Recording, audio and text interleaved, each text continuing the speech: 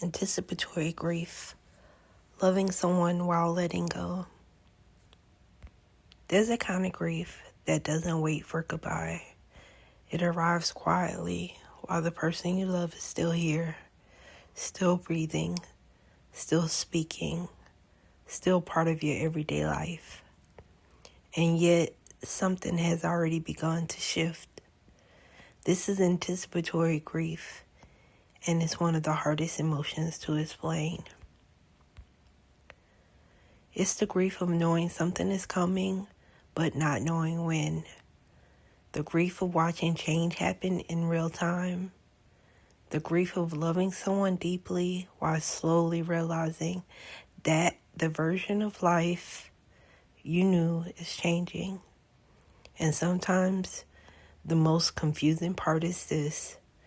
Nothing has officially ended, but nothing feels the same. Anticipatory grief is like standing near moving water. Everything looks steady at first, but when you stay long enough, you realize nothing is standing still. The water keeps flowing, time keeps moving, and you're aware of it in your body before you ever find the words.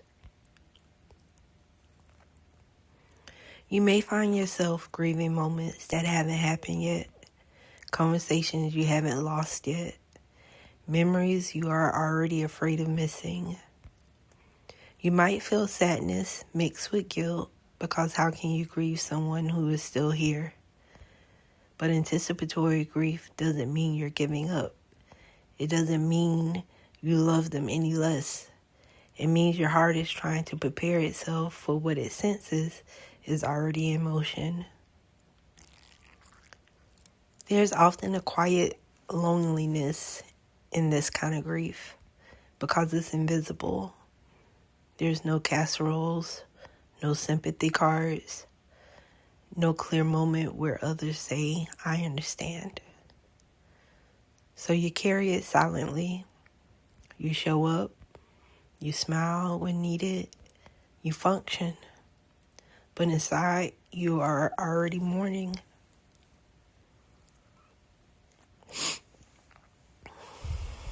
Anticipatory grief can feel like living in two timelines at once.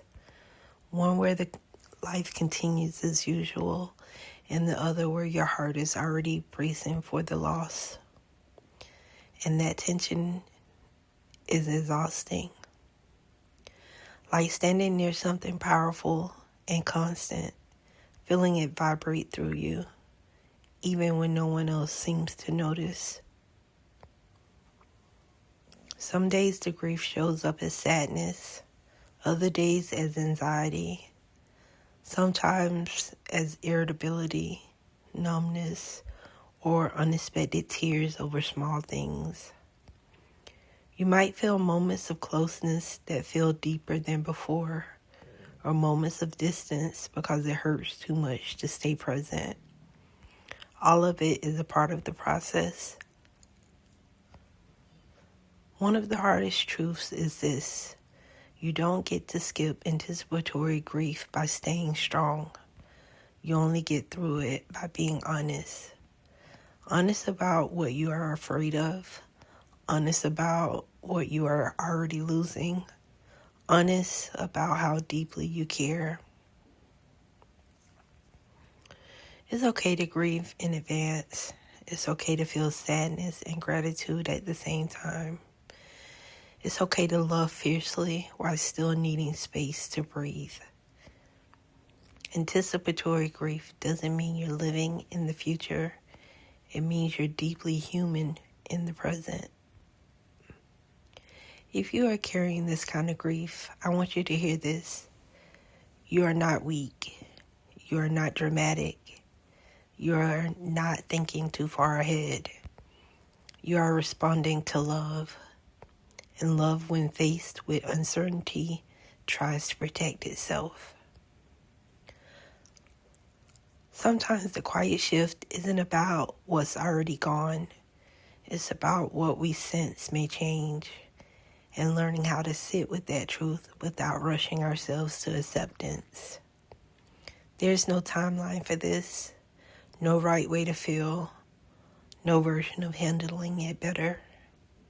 There's only presence and compassion and allowing yourself to feel what your heart already knows.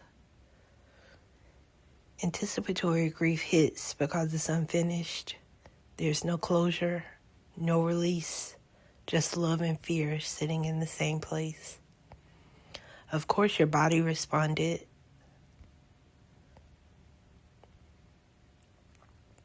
Water doesn't stop when it falls. It continues, becoming part of something larger. And maybe grief isn't the end of love, but love learning how to move. This is the quiet shift, and sometimes the quiet is where grief speaks first.